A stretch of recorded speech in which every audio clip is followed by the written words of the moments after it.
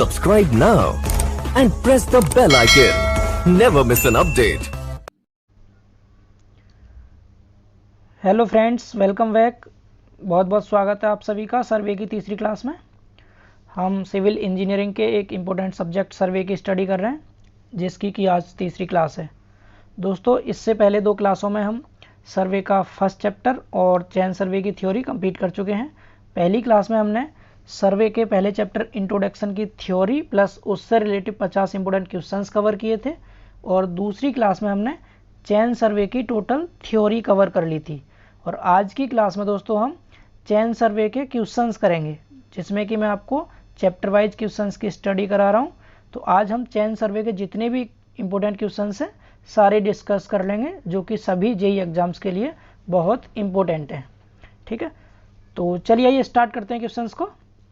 तो जो भी आज पहली वीडियो देख रहे हैं सर्वे की, तो इससे पहले जो वीडियो कंप्लीट हो चुकी हैं आप उन्हें देख लीजिए, और खासकर चैन सर्वे की थ्योरी तो आप पहले कवर कर लीजिए, उसके बाद ही आपको क्वेश्चन समझ आएंगे। ठीक है, तो चलिए स्टार्ट करते हैं चैन सर्वे। तो देखिए दोस्तों, चैन सर्वेइंग के क्वेश्चंस चैप्टर नंबर 2 है, इसके क्वेश्चंस करते हैं। थ्योरी हम पहले ही कवर कर चुके हैं। तो इसमें सबसे पहला क्वेश्चन है दोस्तों, chain survey is most suitable when, यानी कि चैन सर्वे सबसे ज़्यादा सुटेबल होता है कब, सबसे ज़्यादा सुटेबल होता है। तो ये 4 ऑप्शन दे रखे हैं, तो पहले मैं आपको ऑप्शन समझाता हूँ, फिर आप बताएंगे कि इसमें से कौन सा ऑप्शन करेक्ट है। तो इसमें लिखा है सबसे पहला option, area to be served is small, यानी कि जब सर्वे करने वाला जो एरिया है हमारा सर्वे फील्ड का वो छोटा हो तब ज़्यादा सुटेबल रहेगा चैन सर्वे। फिर ऑप्शन बी में लिखा है, ग्राउंड इज फेयरली लेवल, यानी अच्छी तरह से वो लेवल हो, समतल हो पूरी तरह से, and open with simple details, जो छोटी छोटी सिंपल डिटेल्स होंगी उसके लिए ओपन होना चाहिए। ये दूसरा ऑप्शन है। तीसरा ऑप्शन है दोस्तों इसमें, plans are required on a large scale, तो जो प्लान है एरिया का उसके लिए लार्ज स्केल रिक्वायर्ड है। और ऑप्शन डी है ऑल ऑफ द एबव। तो दोस्तों यहाँ पर तीनों ही ऑप्शन करेक्ट हैं, यानी कि जब हम चैन सर्वे करते हैं तो जितना छोटा एरिया होगा चैन सर्वे उतना ही ज़्यादा सुटेबल होता है। दूसरा, जो लेवल होता है हमारे ग्राउंड का, अगर वो पूरी तरह से कैसा होगा, लेवल होगा, फेयरली लेवल होगा, अच्छी तरह से लेवल होगा, तो उसमें भी चैन सर्वे मोस्ट सुटेबल होता है।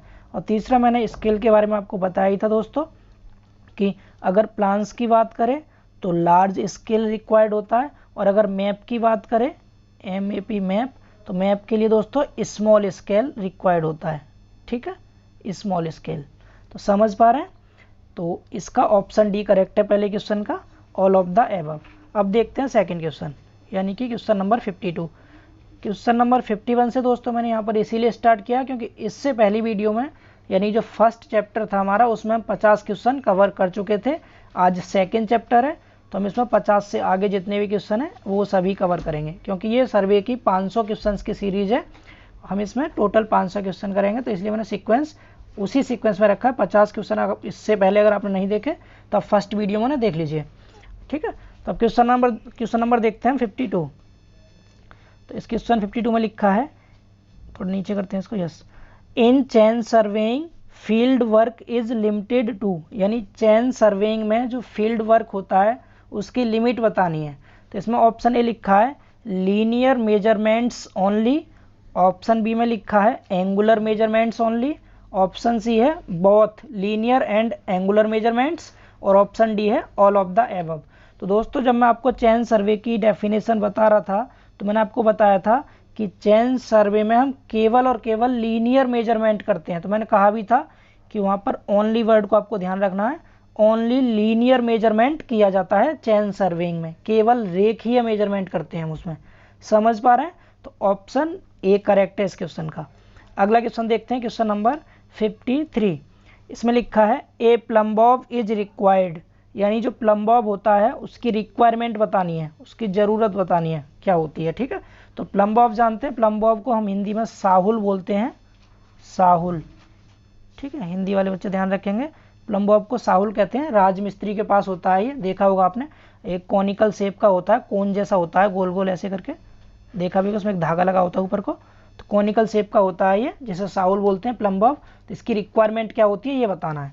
देखिए पहला ऑप्शन लिखा है यहाँ पर, when measuring distance along slopes in a hilly country, यानी जो हिली कंट्री है, पहाड़ी इलाके जितने हैं, उसमें हमें स्लोप्स के अलोंग अगर कोई मेजरमेंट करना है तो उसमें हमें प्लम्बोव की रिक्वायरमेंट होती है। पहला ऑप्शन ये कह रहा है। ऑप्शन बी में लिखा है for accurate centring of theodolite over a station mark, यानी कि जो थियोडोलाइट उपकरण होता है हमारा, उसकी एक्यूरेट सेंटरिंग करनी है तो उसमें यूज करते हैं। ऑप्शन सी लिखा हुआ है for testing the verticality of ranging poles, जो रेंजिंग पोल्स होते हैं उनकी ये चेक करने के लिए, ये टेस्ट करने के लिए कि वो पूरी तरह से वर्टिकल हैं या नहीं है, इसमें हम प्लम्बोव का यूज करते हैं। तो दोस्तों ये तीनों ही ऑप्शन करेक्ट हैं, इसका मतलब इसका ऑप्शन डी सही है, ऑल ऑफ द एबव। यानी प्लम्बोव का यूज हम हिली कंट्रीज में भी करते हैं, थियोडोलाइट की सेंटरिंग में भी करते हैं, और रेंजिंग पोल्स की वर्टिकलिटी टेस्टिंग में भी करते हैं। ठीक है, अगला क्वेश्चन देखिए, क्वेश्चन नंबर 54।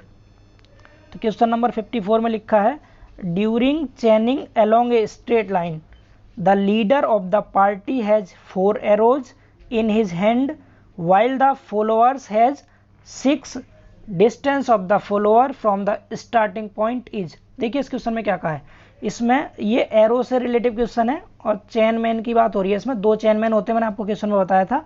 एक होता है, देखिए जैसा आप ये डिस्टेंस इनको मेजर करनी है, जो आगे वाला होता है उसे कहते हैं हम लीडर, और जो पीछे वाला होता है उसे बोलते हैं फॉलोअर। 2 इसमें मैन है। तो इसमें बोला है कि लीडर के हाथ में तो 4 एरो हैं, यानी जो आगे वाला होता है लीडर, उसके हाथ में कितने 4 एरो हैं, और जो पीछे वाला फॉलोअर है उसके हाथ में 6 एरो हैं। तो ये बताना है कि इन्होंने डिस्टेंस स्टार्टिंग पॉइंट से कितनी डिस्टेंस मेजर कर ली। तो दोस्तों मैंने आपको बताया भी था कि फॉलोअर के हाथ में जितने एरो होते हैं उतने ही चेन डिस्टेंस मेजर की जाती है। जैसे सपोज इस क्वेश्चन के अकॉर्डिंग देखें आप, तो सपोज लीडर के हाथ में स्टार्टिंग में 10 एरो थे। ठीक है, अब क्या किया, जब यहाँ से इन्होंने क्या किया, डिस्टेंस मेजर की, तो इन्होंने पहले एक चेन डिस्टेंस यहाँ तक मेजर कर ली, तो यहाँ पर इसने एक एरो लगा दिया लीडर ने।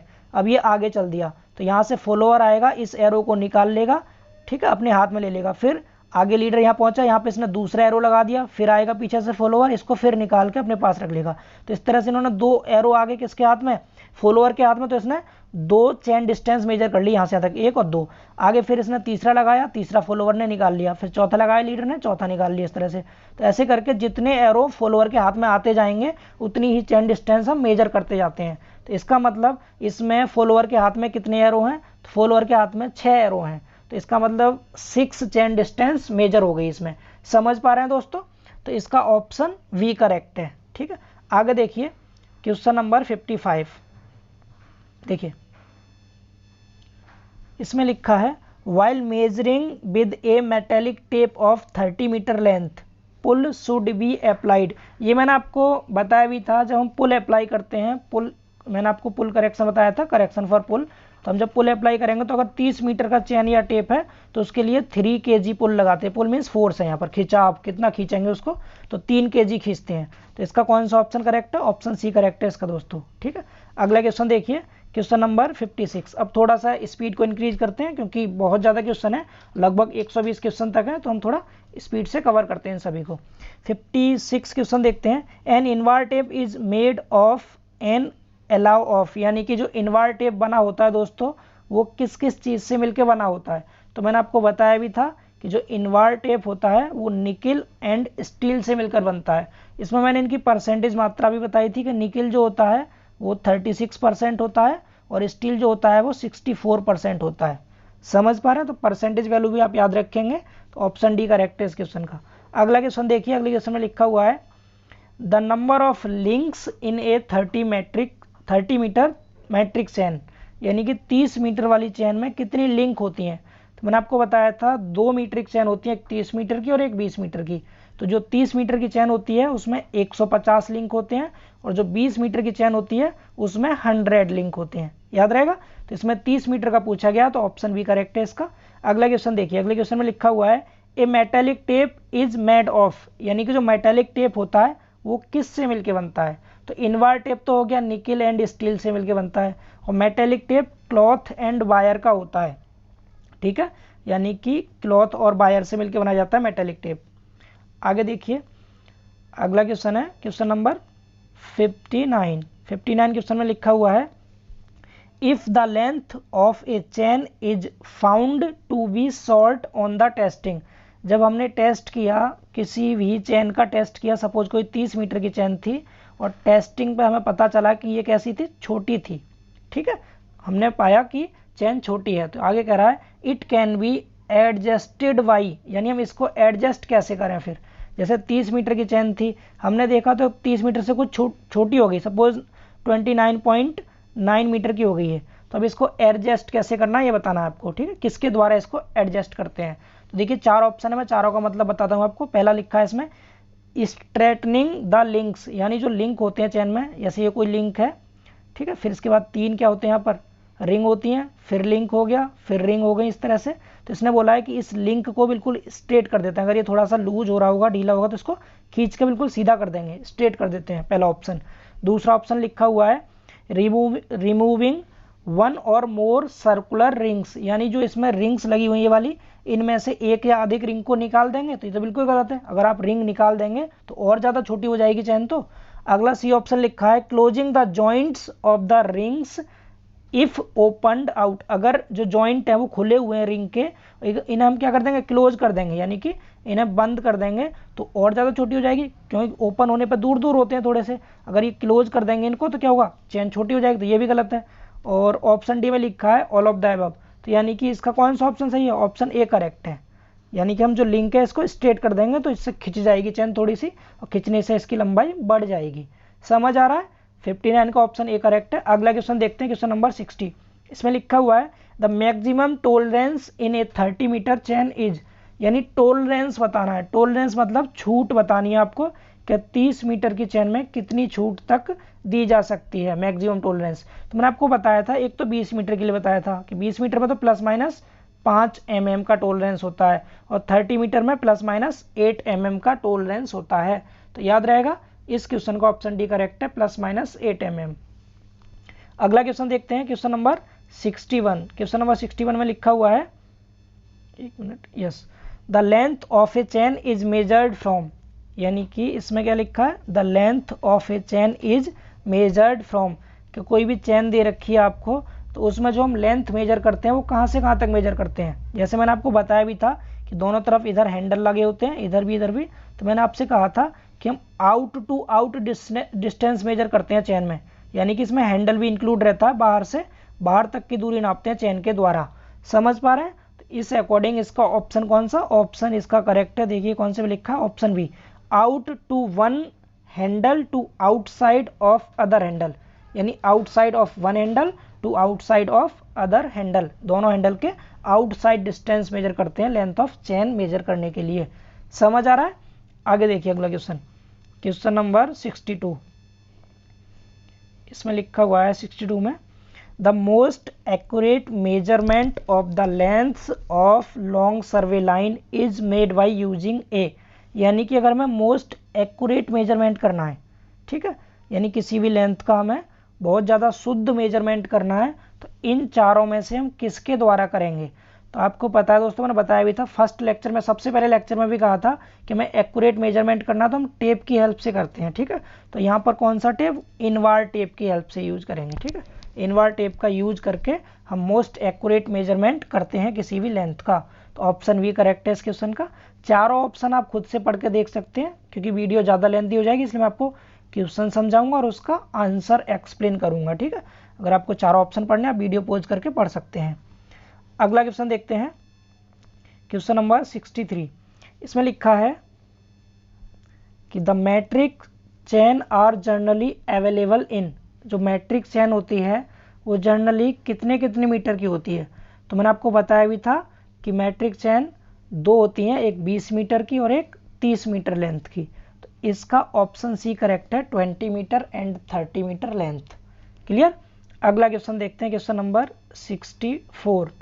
देखिए 64 में बोला है pick up the correct statement from the following, यानी कि इनमें से आपको करेक्ट स्टेटमेंट बताना कौन सा है। तो ऑप्शन ए लिखा है the length of the brass handle is included in the length of chain. इसमें बोला है कि चेन की लंबाई में हम ब्रास हैंडल जो होता है हमारा पीतल का जो हैंडल होता है चेन का, उसकी लेंथ भी इंक्लूड करते हैं। क्या लिखा है कि जब हम चेन की लेंथ को मेजर कर रहे हैं तो उसमें हम ब्रास हैंडल की लेंथ को भी इंक्लूड करते हैं। तो बिल्कुल सही बात है, क्योंकि हैंडल के बाहर से बाहर तक की डिस्टेंस को मेजर कर रहे थे। समझ पा रहे हैं? तो इसका मतलब ऑप्शन ए तो करेक्ट है। फिर अब ऑप्शन बी पढ़ते हैं, क्योंकि इसमें ऑप्शन डी भी दे रखा है, ऑल ऑफ द अबव। तो देखते हैं चारों ऑप्शन कैसे हैं। अगला लिखा है the handle are on swivel joints. मैंने बताया भी था हैंडल में कौन सा जॉइंट होता है, स्वीवेल जॉइंट। स्वीवेल जॉइंट बोलते हैं हिंदी में फिरकी जोड़ को। और ये क्यों प्रोवाइड किया जाता है जॉइंट? ताकि to prevent twisting of the chain, यानी कि चेन में जो ट्विस्टिंग होगी, ठीक है, उसमें घूर्णन ना हो जाए, ट्विस्टिंग को रोकने के लिए हम स्वीवेल जॉइंट प्रोवाइड करते हैं हैंडल में। तो ये भी बात सही है। अगला बोला है the length of the Gunter's chain is 66 feet, यानी गंटर चेन की जो लंबाई होती है वो 66 फीट होती है। बिल्कुल सही बात है, ये भी गंटर चेन 66 फीट की होती है। इसमें 100 लिंक्स होते हैं। तो इसका मतलब इस क्वेश्चन का ऑप्शन डी करेक्ट है। अगला क्वेश्चन देखते हैं, क्वेश्चन नंबर 65 क्वेश्चन में बोला है the normal tension is that pull which, यानी नॉर्मल टेंशन एक ऐसा खिंचाव होता है जो कि क्या करता है।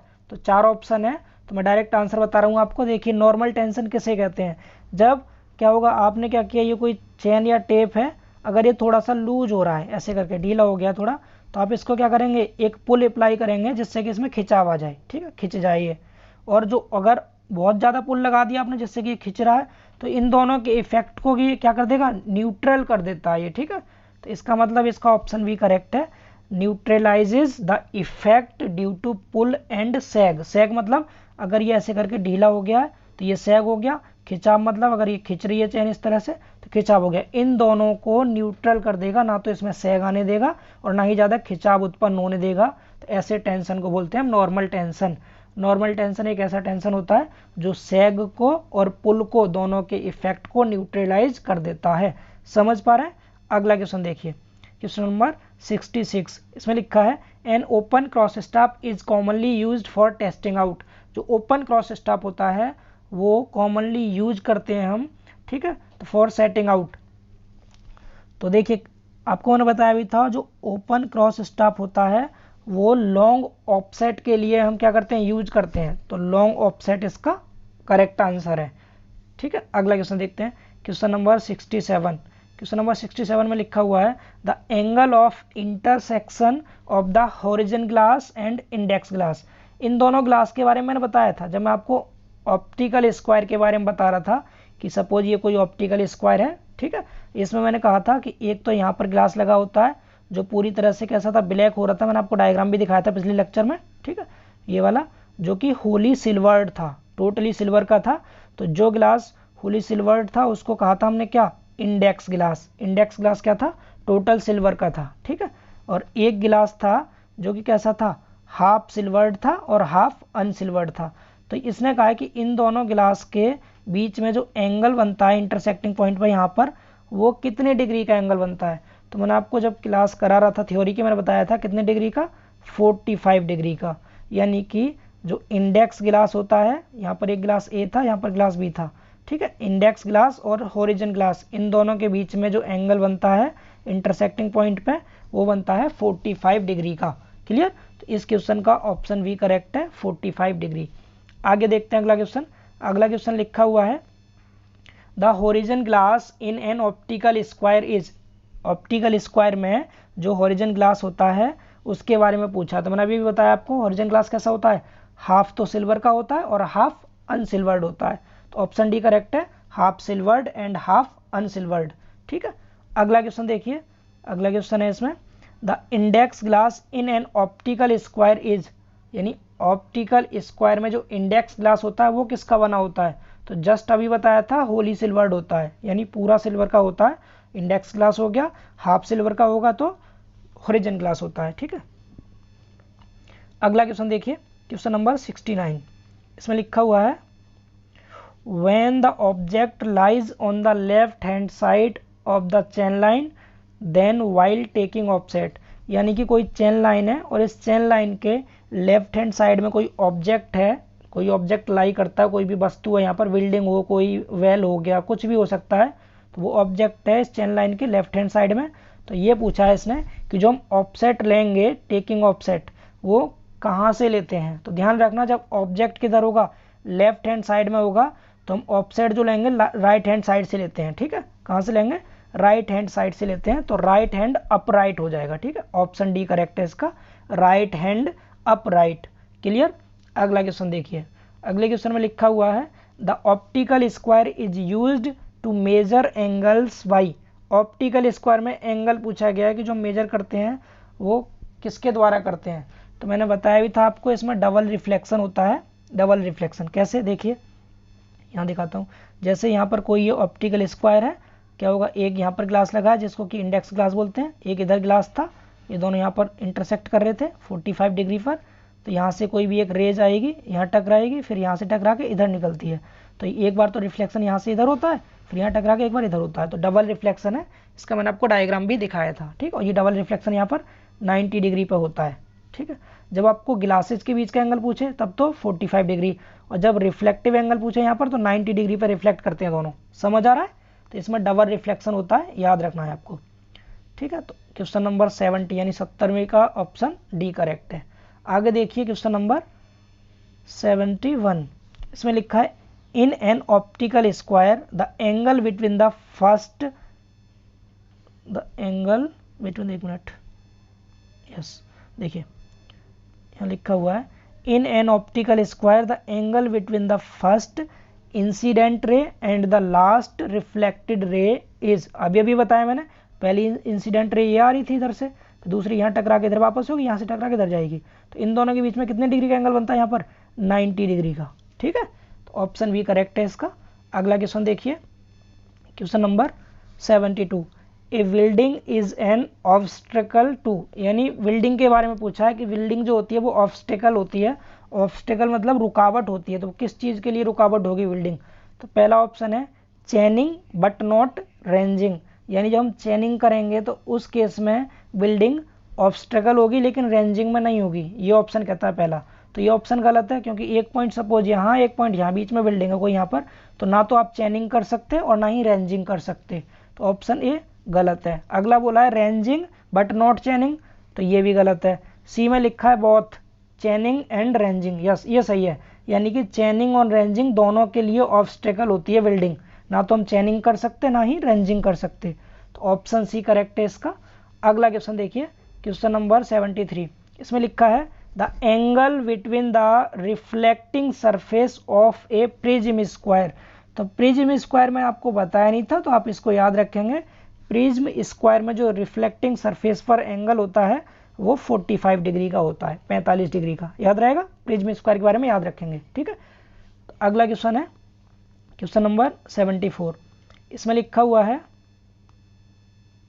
The obstacles which obstruct vision but not चेनिंग, यानी कि विजन मीन्स होता है देखने में, यानी कि जो देखने में, इसने बोला है कि the obstacles which obstruct vision but not चेनिंग, यानी कि वो देखने में तो कैसा होगा, रुकावट पैदा करेगा, लेकिन चेनिंग में कोई रुकावट नहीं करेगा। तो ऐसा कौन सा ऑब्स्ट्रक्ट होता है। तो देखिए इसमें बोला है रिवर, तो रिवर में हम क्या करते हैं, रिवर के आर पार तो हम देख सकते हैं आसानी से।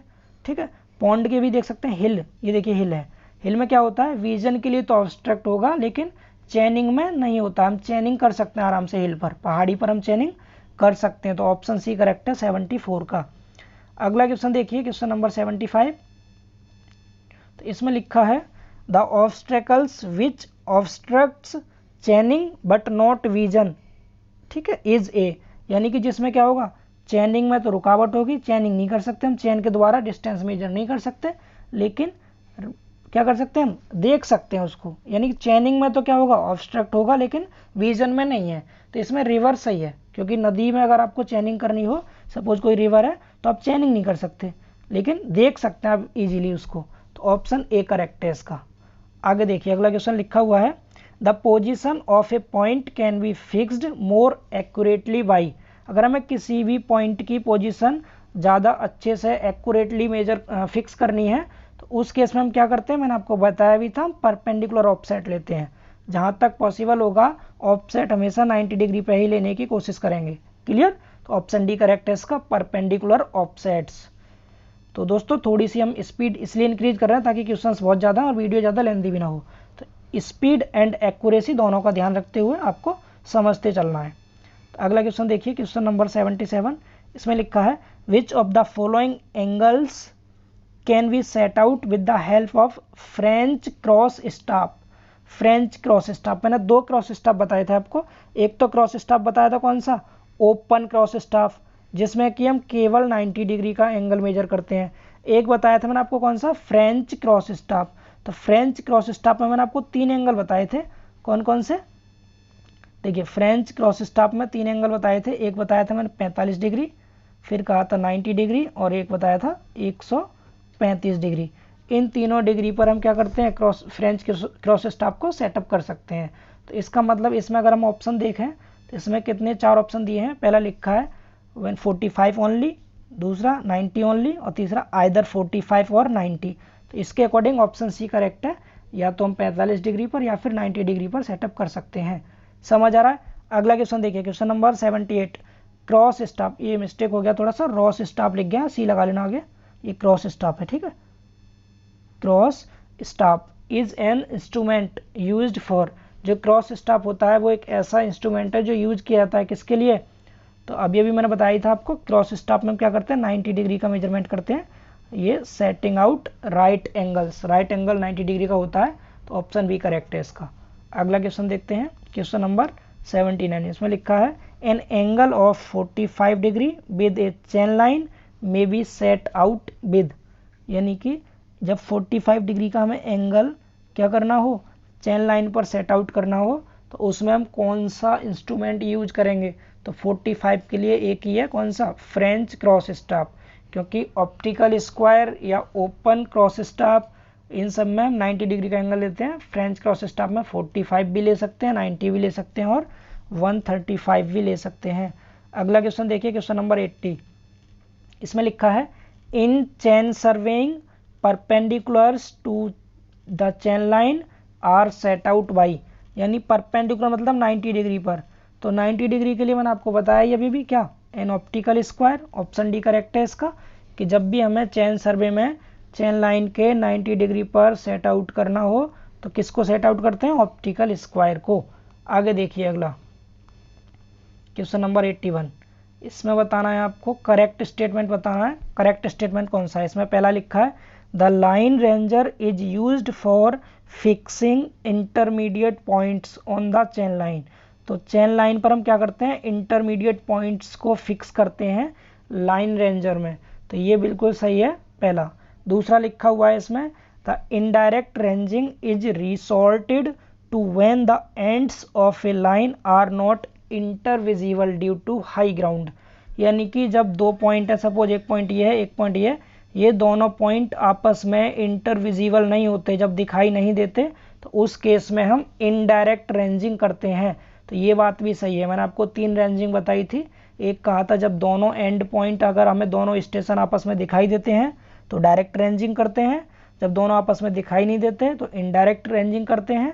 और एक बताई थी मैंने आपको रैंडम लाइन रेंजिंग, जिसमें कि दोनों आपस में भी दिखाई नहीं देते और बीच में किसी तीसरे पॉइंट से भी ये दिखाई नहीं देते, तो उसमें हम रैंडम लाइन रेंजिंग करते हैं। तो इनडायरेक्ट वाला बी सही है इसका। आगे लिखा हुआ है द चेन मैन, यानी एक ऐसा chain man that the forward end of the chain called leader, यानी कि इसने बोला है कि एक ऐसा व्यक्ति जो चेन के एंड सिरे पर स्थित होता है, आगे वाले एंड सिरे पर, तो उसको हम लीडर बोलते हैं। तो ये बिल्कुल सही है, लीडर बोलते हैं और पीछे वाले को फॉलोअर कहते हैं। तो इसमें बोला है forward end of the chain, यानी चेन के आगे वाले सिरे पर, तो क्या होता है, उसे कहते हैं हम लीडर। तो ये भी सही है। इसका मतलब इसका ऑप्शन डी करेक्ट है कि इसके तीनों स्टेटमेंट सही हैं। आगे देखिए क्वेश्चन नंबर 82। क्वेश्चन नंबर 82 में लिखा है the ranging is the process of, ranging जो है वो कैसा प्रोसेस है, तो ये बताना है आपको। तो पहला ऑप्शन है इसमें fixing ranging rods on the extremities of the area, यानी कि हम एरिया में रेंजिंग फिक्स करते हैं, इसको रेंजिंग रॉड को लगाते हैं, इसको रेंजिंग बोलते हैं। या फिर बी ऑप्शन लिखा है aligning the chain in a straight line between 2 extremities, तो ऑप्शन बी। अगला है option C taking offset from a chain line, option D है chaining over a range of mountains. तो इसके अकॉर्डिंग दोस्तों जो रेंजिंग होता है, ठीक है, इसके बारे में आपको ध्यान रखना है। एक तो हम क्या करते हैं, इंटरमीडिएट पॉइंट अगर आप कहीं पे स्टेबलाइज करने हैं तो उसको भी हम क्या कहते हैं, रेंजिंग। या फिर किसके लिए, कि हमें अलाइनमेंट करना है किसी भी चैनल पर, चैन लाइन का अलाइनमेंट मतलब एक सिधाई नापनी है, इस स्टेशन से लेकर दूसरे स्टेशन तक हम क्या कर रहे हैं, अलाइनमेंट कर रहे हैं। अलाइनमेंट वर्ड बहुत इंपॉर्टेंट है यहाँ पर, ठीक है, अलाइनमेंट। तो इसका मतलब ऑप्शन भी करेक्ट है इसका, कि हम अलाइन करेंगे, align the chain in a straight line between two extremities, यानी कोई भी दो चरम बिंदु दे रखे हैं, इन दोनों के बीच में अलाइनमेंट करना है तो इसको हम रेंजिंग कहते हैं। या फिर बीच में कोई इंटरमीडिएट पॉइंट भी स्टेबलाइज करना है, उसको भी रेंजिंग ही बोलते हैं। तो समझ आ रहा है, इसका भी ऑप्शन सही है। अगला क्वेश्चन है, for indirect ranging number of ranging rods required is. Important question है, काफ़ी इंपॉर्टेंट क्वेश्चन है, कि जब हम इनडायरेक्ट रेंजिंग करते हैं, ठीक है, तो उसमें हमें कितनी रेंजिंग रॉड की रिक्वायरमेंट होती है। तो पहले तो आपको ये पता होना चाहिए कि इनडायरेक्ट रेंजिंग होती क्या है। तो इनडायरेक्ट रेंजिंग हम कब करते हैं, जब दो पॉइंट, जब दो स्टेशन आपस में दिखाई ना देते हैं, तो उस केस में हम क्या करते हैं, इनडायरेक्ट रेंजिंग करते हैं। सपोज एक पॉइंट यहाँ है, एक पॉइंट यहाँ है, ये दोनों आपस में दिखाई नहीं दे रहे, तो उसमें बताना है आपको कितनी रेंजिंग रॉड लगानी है। तो एक तो यहाँ लगाएंगे, एक यहाँ लगाएंगे। इसके अलावा सपोज बीच में कोई हिल वगैरह है जिससे कि ये दिखाई नहीं दे रहे थे, तो एक हम यहाँ पर रेंजिंग लगाते हैं जिससे कि ये वाला पॉइंट दिखाई दे, और एक यहाँ रेंजिंग लगाएंगे जिससे ये पॉइंट दिखाई दे, और ये दोनों आपस में दिखाई देंगे। तो इस तरह से 4 रेंजिंग रॉड का यूज करेंगे। यानी जब ये दोनों पॉइंट आपस में दिखाई नहीं दे रहे, ये और ये, तो हम क्या करेंगे, बीच में 2 पॉइंट कंसीडर करते हैं, कि पहले पॉइंट से तो ये वाला पहला पॉइंट दिखाई देना चाहिए, दूसरे से ये दूसरा दिखाई देना चाहिए, और ये दोनों पॉइंट ऊपर वाले आपस में दिखाई देने चाहिए। तो इस तरह से हमें 4 रेंजिंग रॉड की जरूरत पड़ती है इनडायरेक्ट रेंजिंग में। तो इसका ऑप्शन डी करेक्ट है, 4। आगे लिखा हुआ है क्वेश्चन नंबर 84 क्वेश्चन में है, the ranging in chain survey means. यहाँ पर रेंजिंग के बारे में देखिए, डायरेक्ट ऑप्शन भी मिल गया आपको, stabilising and intermediate points on the line between 2 fix points. ठीक है, तो ऑप्शन बी करेक्ट है इसका। तो आगे देखते हैं क्वेश्चन नंबर 85। आप समझते चलिए, सिर्फ इसकी पीडीएफ में आपको क्वेश्चंस की दे दूंगा डिस्क्रिप्शन में, वहाँ से लिंक ओपन करके आप पीडीएफ डाउनलोड कर लीजिएगा। आप यहाँ समझते चलिए ताकि हम जल्दी से क्वेश्चंस को खत्म कर सकें। आगे देखिए क्वेश्चन नंबर 85 में क्या लिखा है, इसमें लिखा है ranging is an operation of. Ranging फिर से ऑप्शन डी रिपीट क्वेश्चन है, stabilising intermediate points between terminals. ठीक है, कोई भी 2 टर्मिनल्स हैं, उन दोनों के बीच में क्या करना है, हमें इंटरमीडिएट पॉइंट्स को स्टेबलाइज करना है, स्थित करना है।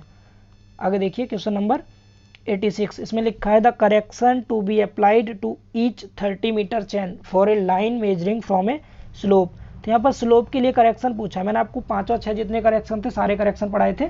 जिन्होंने भी करेक्शन वाला टॉपिक नहीं देखा वो चेन सर्वे की थ्योरी देखिए, वहाँ से आपको करेक्शन के बारे में समझ आ जाएगा। तो यहाँ स्लोप के बारे में पूछा है, तो मैंने बताया था सपोज आपको कोई पॉइंट यहाँ दे रखा था, ये इस पॉइंट से आपको ये पॉइंट मेजर करना था, यानी ये पॉइंट ए है, ये पॉइंट बी है, तो आपको ए बी के बीच की डिस्टेंस मेजर करनी थी।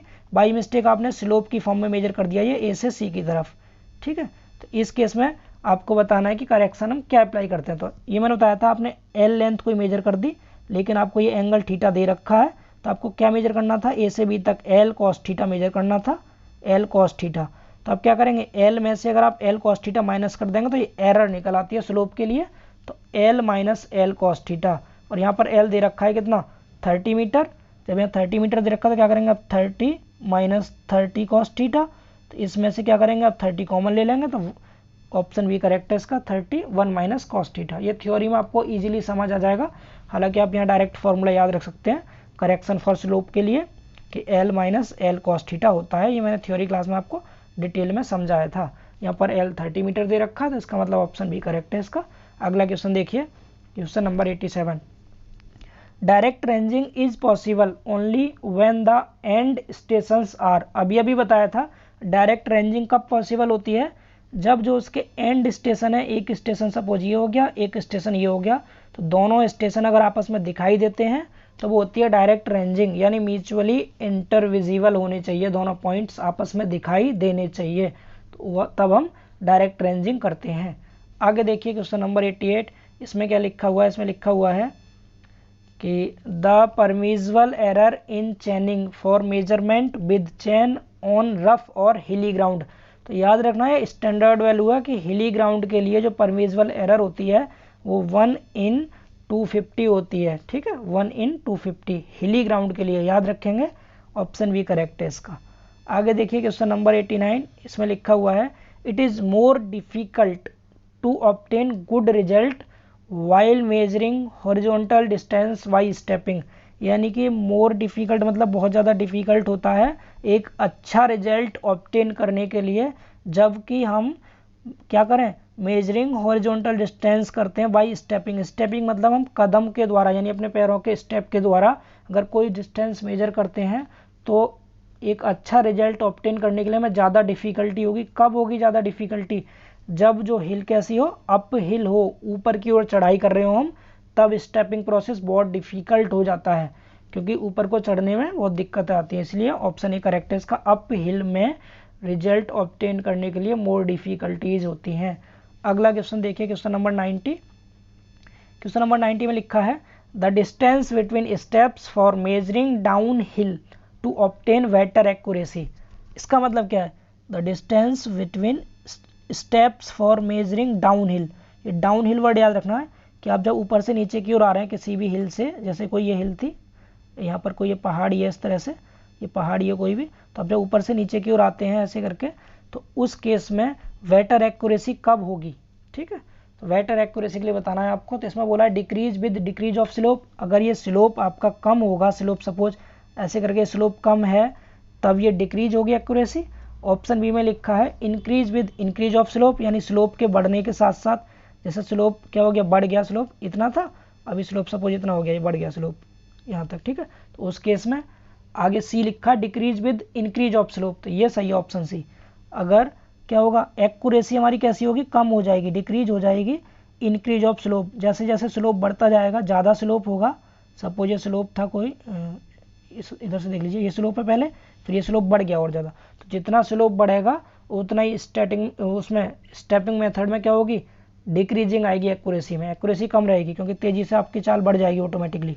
ठीक है, अगला देखिए, तो ऑप्शन सी करेक्ट है इसका। क्वेश्चन नंबर 91 देखिए, इसमें लिखा हुआ है when the position of a point is to be located accurately by a perpendicular offset, the direction of perpendicular is set out by means of direction of perpendicular. तो जब भी आपको परपेंडिकुलर ऑफसेट की बात करेगा तो आपको याद रखना है परपेंडिकुलर ऑफसेट के लिए क्या है, इसमें चारों में से ऑप्टिकल स्क्वायर करेक्ट आंसर है। थियोडोलाइट, डंपी लेवल, प्लानोमीटर ये सब गलत है इसके लिए। ठीक है, तो जब भी हमें ऑप्टिकल यानी कि ऑप्टिकल स्क्वायर का यूज करते हैं हम किसमें, परपेंडिकुलर ऑफसेट में। आगे देखिए क्वेश्चन नंबर 92, इसमें लिखा हुआ है the instrument used for setting out an offset at a right angle. Same question है फिर से कि राइट एंगल यानी 90 डिग्री पे अगर हमें ऑफसेट लेने हैं तो हम क्या यूज करेंगे, तो ओपन क्रॉस स्टाफ। यानी देखिए इसमें फ्रेंच वाला इसमें क्या करते हैं 45, 90 और 135 तीनों एंगल ले सकते हैं। ओपन में 90 लेते हैं और ऑप्टिकल स्क्वायर में भी हम 90 लेते हैं, लेकिन जो ओपन क्रॉस स्टाफ होता है ये ज़्यादा एक्यूरेट वैल्यू देता है 90 डिग्री के ऑफसेट के लिए। तो ऑप्शन ए करेक्ट है इस क्वेश्चन का, ओपन क्रॉस स्टाफ। अगला देखिए क्वेश्चन नंबर 93, इसमें लिखा है the adjustable cross staff is used for measuring out an offset. यानी कि जो एडजस्टेबल क्रॉस स्टाफ होता है एक ऐसा क्रॉस स्टाफ जिसको हम किसी भी एंगल पर एडजस्ट कर सकते हैं। तो वो कितने डिग्री पर ऑफसेट लिए जाते हैं उसमें, तो उसमें हम एट एनी एंगल किसी भी एंगल पे ले सकते हैं क्योंकि इसके नाम में ही लिखा है एडजस्टेबल, यानी जिसको हम एडजस्ट करेंगे तो एडजस्ट हम कितने भी डिग्री एंगल पर कर सकते हैं। तो ऑप्शन डी करेक्ट है इस क्वेश्चन का। अगला देखिए क्वेश्चन नंबर 94 क्वेश्चन में लिखा हुआ है द ऑफसेट्स आर। ऑफसेट क्या होते हैं, ऑफसेट किसे कहते हैं, मैंने आपको बताया भी था थ्योरी की क्लास में। ये कोई चेन लाइन है, इस चेन लाइन के लेफ्ट या राइट साइड में क्या करना है, हमें कोई भी डिस्टेंस लेटरल डिस्टेंस मेजर करनी होती है जिसे कि हम क्या बोलते हैं, ऑफसेट बोलते हैं। तो यहाँ पर कौन सा है, ऑप्शन ए करेक्ट है इसका, short measurement from chain line. Chain line से हमें कोई भी शॉर्ट मेजरमेंट करना है, कोई छोटी दूरी नापनी है तो उसे हम ऑफसेट बोलते हैं। ठीक है, अगला क्वेश्चन देखिए क्वेश्चन नंबर 95, इसमें लिखा हुआ 95 क्वेश्चन में the perpendicularity of an offset may be जजेज by eye if the length of the offset is. यानी कि एक ऐसा कोई भी परपेंडिकुलर ऑफसेट जिसको हम अपनी आंखों से देख करके जज कर सकते हैं, तो उसकी लेंथ बतानी है कितनी होती है। तो मैंने आपको ऑफसेट बताए थे दो डिस्टेंस के अकॉर्डिंग, एक बताया था लॉन्ग ऑफसेट और एक बताया था शॉर्ट ऑफसेट। तो जो शॉर्ट ऑफसेट होता है हम उसको अपनी आइज के थ्रू देख सकते हैं आसानी से। तो मैंने कहा था जो 15 मीटर से मोर देन होता है वो तो लॉन्ग होता है, और जो 15 मीटर से कम होता है वो शॉर्ट ऑफसेट होता है। तो शॉर्ट ऑफसेट इसका करेक्ट आंसर रहेगा, यानी 15 मीटर। समझ पा रहे हैं? 15 मीटर को हम अपनी आंखों से देखकर जज कर सकते हैं इजीली। अगला क्वेश्चन देखिए, क्वेश्चन 96, क्वेश्चन नंबर 96 में लिखा हुआ है a line joining the apex, a line joining the apex of a triangle, यानी एक ऐसी लाइन जो क्या होती है ट्रायंगल के शीर्ष, यानी कोई त्रिभुज है, ये कोई भी त्रिभुज है, ट्रायंगल है कोई, तो इसके एपेक्स से, इससे शीर्ष से to some fixed point on the opposite side, इसके कोई भी फिक्स पॉइंट है अपोजिट साइड पर, इस पर अगर कोई लाइन इन दोनों को मिलाती है तो उसको हम क्या बोलते हैं? तो मैंने बताया भी था आपको, ये चेक लाइन होती है जो कि सर्वे वर्क को चेक करती है, उसकी एक्यूरेसी को चेक करती है। ठीक है, तो किसी भी ट्रायंगल के एपेक्स से अगर उसकी सामने वाली साइड पर कुछ लाइंस मिलाई गई हैं तो इन लाइन को हम चेक लाइन बोलते हैं। समझ पा रहे हैं? तो इसका ऑप्शन ए करेक्ट है, चेक लाइन।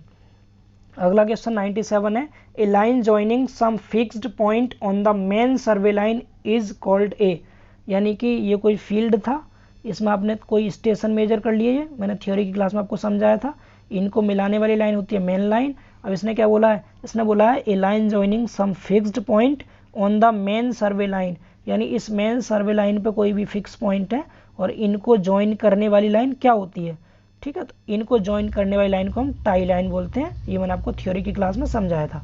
तो सारे के सारे क्वेश्चंस चेन सर्वे की थ्योरी में जो मैंने टॉपिक पढ़ाए हैं उन्हीं से रिलेटेड है। अगर आपको थ्योरी इजीली समझ आ गई थी तो आप आराम से इनके आंसर दे सकते हैं। तो इसका आंसर बी है टाई लाइन। ठीक है, अगला क्वेश्चन देखिए 98 में लिखा हुआ है a base line in a chain survey, chain survey में बेस लाइन क्या होती है? तो मैंने आपको बताया था बेस लाइन किसे कहते हैं चेन सर्वे में। तो बेस लाइन सबसे बड़ी लाइन होती है जो कि इसके मिडिल में से गुजरती है, जो भी हमारा सर्वे का फील्ड है उसके बीच में से जो गुजरती है, जो कि सबसे बड़ी लाइन होगी, उसे हम सर्वे लाइन कहते हैं।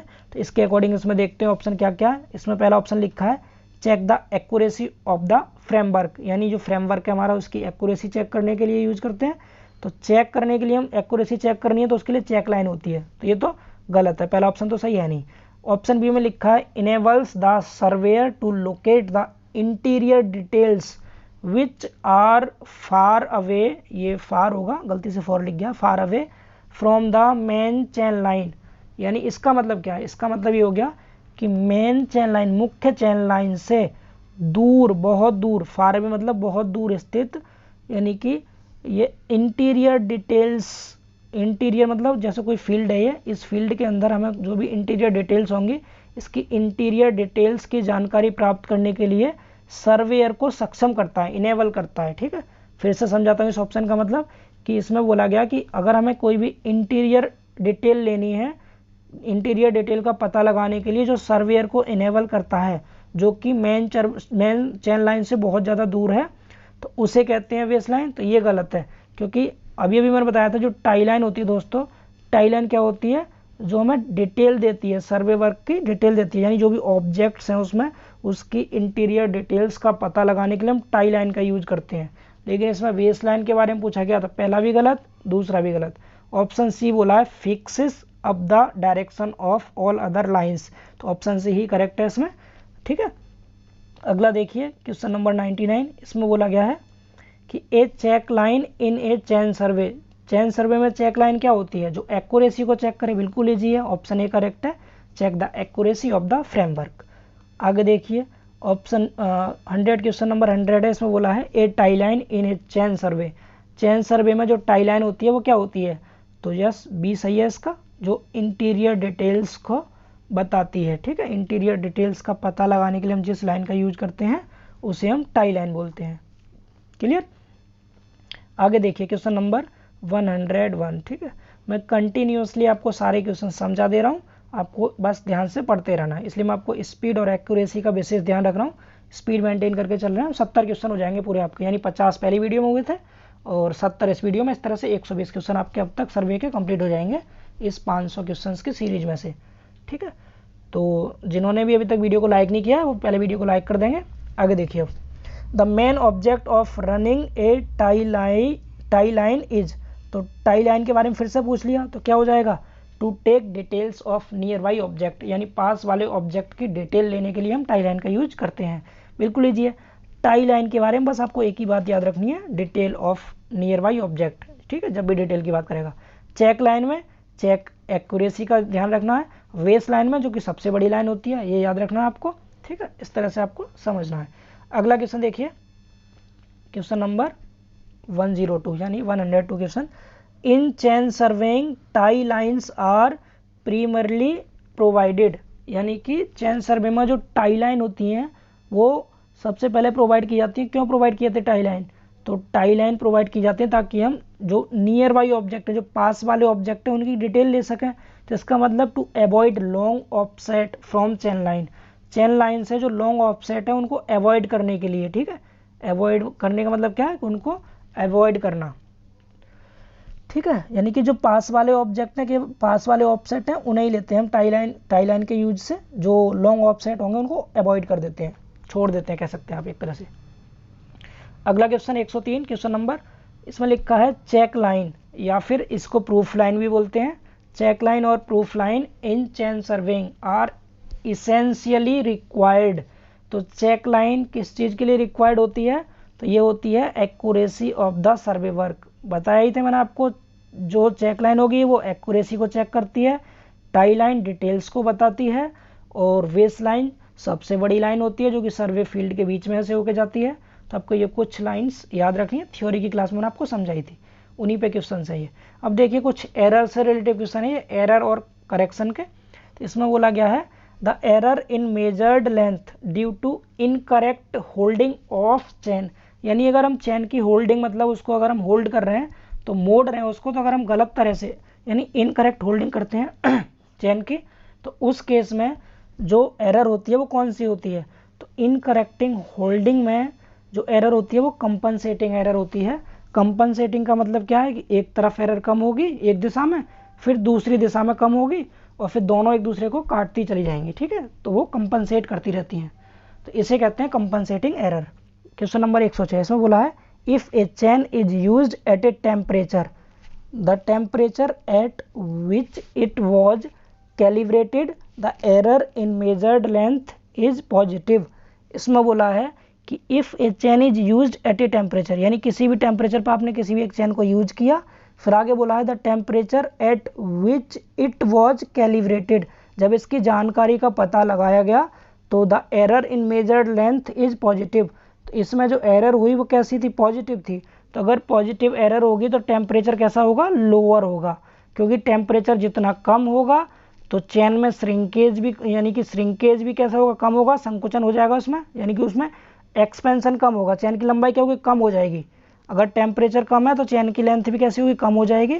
और जब चेन की लेंथ कम होगी तो छोटी चेन आपको पता है कैसी ज़्यादा डिस्टेंस मेजर करती है, उस केस में एरर कैसी होगी? इसमें पॉजिटिव होगी। तो इसका मतलब लोअर देन, समझ आ रहा है? तो जब भी टेम्परेचर कम होगा तो पॉजिटिव एरर आएगी। अगला क्वेश्चन बिल्कुल सेम है, बस जस्ट उल्टा दे दिया इसने। अगले क्वेश्चन में क्या बोला है? इसमें बोला गया है कि if A chain is used eight a temperature, the temperature at which it was calibrated, the error in measured length is negative. जब एरर कैसी होगी? नेगेटिव होगी, तो टेम्परेचर कैसा होगा? हायर होगा, ज़्यादा टेम्परेचर होगा, क्योंकि ज़्यादा टेम्परेचर होगा तो चेन की लेंथ बढ़ जाएगी, चेन की लेंथ बढ़ने से नेगेटिव एरर आती है उसमें। तो ऑप्शन सी करेक्ट है इसका। अगला देखिए क्वेश्चन नंबर 108, इसमें बोला है the error in measured length due to sag of chain और टेप इज नोन एज, यानी सैग के कारण जो एरर आती है वो बतानी कैसी होगी? तो सैग आप जानते थे कि आपको सपोज यहाँ से यहाँ तक कोई डिस्टेंस मेजर करनी थी, यानी एल, लेकिन आपने क्या किया? ये डिस्टेंस इस तरह से सैग होकर के इस तरह से मेजर कर दी सैगिंग में। तो आपको पता है सैगिंग में डिस्टेंस ज़्यादा मेजर हो जाएगी, तो मेजर डिस्टेंस कैसी है? ज़्यादा है, मेजर वैल्यू ज़्यादा है, और ट्रू वैल्यू कैसी हो जाएगी? कम हो जाएगी। तो मेजर्ड ज़्यादा है तो एरर कैसी होगी? पॉजिटिव एरर होगी। तो इस केस में ऑप्शन ए करेक्ट है इसका, पॉजिटिव एरर। तो सैगिंग के कारण जो एरर होती है वो पॉजिटिव होती है, और करेक्शन, अगला क्वेश्चन दे दिया इसमें करेक्शन। तो आपको पता है एरर का जस्ट अपोजिट होता है करेक्शन। जब एरर सैग में पॉजिटिव थी तो करेक्शन हो जाएगा नेगेटिव, ऑलवेज सबट्रैक्टेड, ठीक है, ऑलवेज सबट्रैक्टिव होगा करेक्शन। अगला क्वेश्चन देखिए, बस 10 क्वेश्चन और हैं, जल्दी से खत्म करते हैं ना। इसमें लिखा है when the measured length is less than the actual length, यानी मेजर्ड लेंथ कैसी है? मेजर्ड लेंथ कैसे बोला है इसने? When the measured length is less than the actual length, less than मतलब कम है, मेजर्ड लेंथ ये वाली कम है और ये कैसी है, ज़्यादा है, ट्रू वैल्यू। तो इस केस में आपको एरर बतानी है। जब ये मेजर्ड वैल्यू कम है तो क्या होगा, एरर नेगेटिव होगी, क्योंकि ट्रू वैल्यू ज़्यादा है तो नेगेटिव एरर आएगी। ऑप्शन बी करेक्ट है इसका। अगला क्वेश्चन देखिए, अगले क्वेश्चन में बोला गया है which of the following, 1 second, question number 111, yes, इसमें बोला गया है which of the following statement is correct, यानी इनमें से कौन सा स्टेटमेंट करेक्ट है ये बताना है। तो इसमें पहला ऑप्शन लिखा है the error in measured length due to bad ranging is compensating. तो ये बोला है कि जब वेड रेंजिंग के कारण जो एरर होती है, क्या वो कंपनसेटिंग एरर होती है? ये गलत है, क्योंकि कम्युलेटिव एरर होती है उसमें, वो भी पॉजिटिव, बैड रेंजिंग के कारण। मैंने ये फर्स्ट क्लास में आपको कराया था। अगला क्वेश्चन अगला ऑप्शन है इसमें, if the chain used in measuring a distance is too short the error is positive. ये सही है, अगर चेन कैसी होगी, छोटी होगी तो एरर उसमें पॉजिटिव होती है। ऑप्शन बी करेक्ट है। ऑप्शन सी में दिया है the error in measured length due to careless holding of chain is cumulative error. नहीं, अभी अभी बताया था कि इनकरेक्ट होल्डिंग के कारण, केयरलेस होल्डिंग के कारण जो चेन में एरर आती है वो कंपनसेटिंग एरर होती है, तो ये भी गलत है।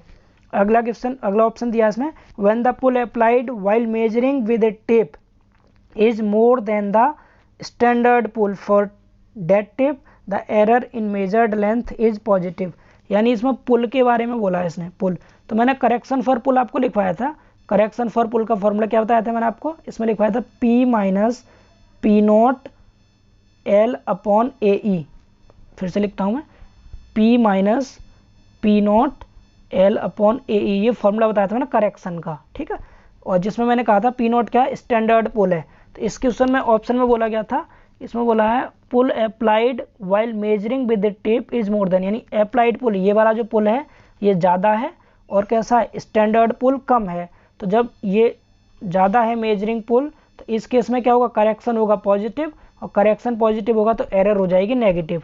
लेकिन यहाँ पर एरर को पॉजिटिव कहा गया है, तो इसका मतलब ऑप्शन डी भी गलत है। तो ऑप्शन डी गलत है, इसका सी गलत है, ए गलत है, तो ऑप्शन बी इसका करेक्ट है, ठीक है, ऑप्शन बी करेक्ट। तो अगला क्वेश्चन देखिए, क्वेश्चन नंबर 102, ठीक है, सॉरी 112, 113 सेम है लगभग, बस थोड़ा सा डिफरेंस है। इसमें बोला है cumulative error that occur in chaining are proportional to. जो कॉमुलेटिव एरर होती है वो किसके प्रोपोर्शनल होती है? तो वो होती है एल के डायरेक्टली प्रोपोर्शनल। यानी एल क्या है यहाँ पर, where L equal to length of the chain, ठीक, sorry length of the line. तो जो लाइन की लेंथ होती है उसके डायरेक्टली प्रोपोर्शनल होती है कॉमुलेटिव एरर। आगे बोला है कंपनसेटिंग एरर बताना है किसके प्रोपोर्शनल होती है, तो ये अंडर रूट एल के प्रोपोर्शनल होती है। तो याद रखना है, कॉमुलेटिव एरर एल के डायरेक्टली प्रोपोर्शनल होगी, compensating error under root L के डायरेक्टली प्रोपोर्शनल होती है। अगला क्वेश्चन देखिए, न्यूमेरिकल है छोटा सा और आसान है काफ़ी, पूछा गया है क्वेश्चन भी। इसमें बोला है a 30 metre metric chain is found to be 0.1 metre too short throughout the measurement if the distance measured is recorded as 300 meter then the actual distance will be। इसका मतलब क्या है, ये बोल रहा है कि a 30 metre metric chain is found to be 0.1 metre too short, यानी कि एक 30 मीटर की कोई चैन थी जो कि 0.1 मीटर छोटी पाई गई। तो जो इसकी एक्चुअल लेंथ है चैन की, यानी एल की वैल्यू कितनी दे रखी है यहाँ पर, इसमें दे रखी है 30 मीटर, ठीक है। अब ये छोटी पाई गई तो इसमें L1 हो गया, यानी कि जो रॉन्ग लेंथ है, देखिए L तो दे दिया कितना आपको 30 मीटर, और L1 कितना हो गया, फिर L1 जब 0.1 ये कैसा है, छोटा है, तो 20.9 मीटर हो जाएगा, ये 20.9 मीटर, ठीक है। L और L1 हो गया। आगे क्या बोला है फिर इसने बोला है distance measured is recorded. Measured distance, measured जो होगी तो जब गलत चैन से मेजर किया तो गलत रॉन्ग मेजर्ड होगी, तो D1 कितना दे दिया इसने, 300 मीटर, ठीक है। इसमें पूछा है एक्चुअल डिस्टेंस पूछा है, यानी D पूछा है इसने। तो ये तीनों वैल्यू दे रखी हैं L, L1, D1, और आपसे D पूछा गया है। तो D का फॉर्मूला मैंने इसमें फॉर्मूला बताया था, ये कौन सा है, करेक्शन फॉर स्टैंडर्डाइजेशन वाला फॉर्मूला आपको अप्लाई करना है, यानी कि right equal to wrong, LD equal to L1, D1 वाला फॉर्मूला यूज करना है, और सारी वैल्यू पुट कर देंगे यहाँ पर। तो देखिए जब आप D निकालेंगे तो फॉर्मूला क्या लगा देंगे आप, L1 into D1 upon L। तो L1 की वैल्यू कितनी दे रखी, 29.9 थी, ठीक है। D1 की वैल्यू कितनी है, 300 है, ठीक, और L कितना है, 30 है। जब 30 से 300 को काटेंगे 10 बार कट गया, और 10 का गुणा करेंगे 29.9 में, तो 299 आंसर आ जाएगा, ठीक है। आप इसको सॉल्व कर सकते हैं इजीली। तो इसका ऑप्शन सी करेक्ट है, 299.0 मीटर। अगला क्वेश्चन देखिए, अगला क्वेश्चन भी न्यूमेरिकल है, सेम इसी फॉर्मूले पे बेस्ड है। इसमें बोला गया है a line of true length 500 metre when measured by a 20 metre tape is reported to be 502 metre long, the correct length of the tape. देखिए इसने क्या बोला है, ट्रू लेंथ दे रखी है कितनी है, ये 500, यानी डिस्टेंस जो है वो दे रखी है 500, डी की वैल्यू 500 दे दी। ठीक, आगे जो D1 है वो कितना दे रखा है, 502 मीटर, 502 मीटर दे दिया D1। आगे जो टेप की ट्रू लेंथ दे रखी है, यानी L दे रखा है, वो दे रखा है 20 मीटर। आपको निकालना क्या है, इसमें L1 निकालना है। फॉर्मूला आपको पता ही है, L इंटू डी बराबर L1 इंटू D1, यानी L इंटू डी बराबर L1 इंटू D1। इस फॉर्मूले को यूज करना है आपको इसमें, तो लगा दीजिए फॉर्मूला। निकालना है आपको क्या, यहाँ पर L1 निकालना है, तो L1 क्या हो जाएगा, L की वैल्यू कितनी दे रखी है 20, और D दे रखा है कितना 500, अपॉन में D1 दे रखा है 502। जब आप 500 से 502 को काटेंगे तो 1 पॉइंट कुछ रहेगा ये, और 1 पॉइंट समथिंग कुछ आएगा आगे। तो जब इसको डिवाइड करेंगे 20 से, तो 20 से थोड़ा कम आएगा। तो 20 से कम वाला ऑप्शन कौन सा है, इसमें एक ही ऑप्शन है, ऑप्शन ए। इसका ऑप्शन ए करेक्ट। आप इसको इजीली नोटबुक पे सॉल्व करके देख सकते हैं। ठीक है, स्लाइड की फॉर्म में जगह नहीं है, बोर्ड पे होता तो मैं करा देता आपको क्वेश्चन, आप समझ गए होंगे आई थिंक सो, आप इसको कर लीजिएगा। अगला क्वेश्चन देखिए 116 नंबर, when h is the difference in height between the extremities of a chain length L, then the correction for slope required. देखिए करेक्शन फॉर स्लोप बताना है, यहाँ पर आपको क्या दे रखा है, हाइट दे रखी है वाली h, और ये लेंथ है L। ठीक है, तो कैसे निकालते हैं आपको पता है फॉर्मूला, h²/2L होता है, जो कि नेगेटिव करेक्शन आता है, तो ऑप्शन सी करेक्ट है। अगर थीटा दिया होता तो L minus L cos theta रहता है, और हाइट दे रखी है वाली, तो क्या होगा, h²/2L होता है फॉर्मूला। आगे क्वेश्चन देखेंगे तो इसका ऑप्शन कौन सा सही था, ऑप्शन सी करेक्ट है इसका। अगला क्वेश्चन देखेंगे आप 117, इसमें लिखा है when the length of a chain along A slope of theta is L, यानी कि स्लोप तो दे रखा है वो थीटा दे रखा है, ये स्लोप तो थीटा है, और लेंथ दे रखी है L। तो इस केस में आपसे पूछा गया है correction for slope, correction for slope बताना कितना होगा।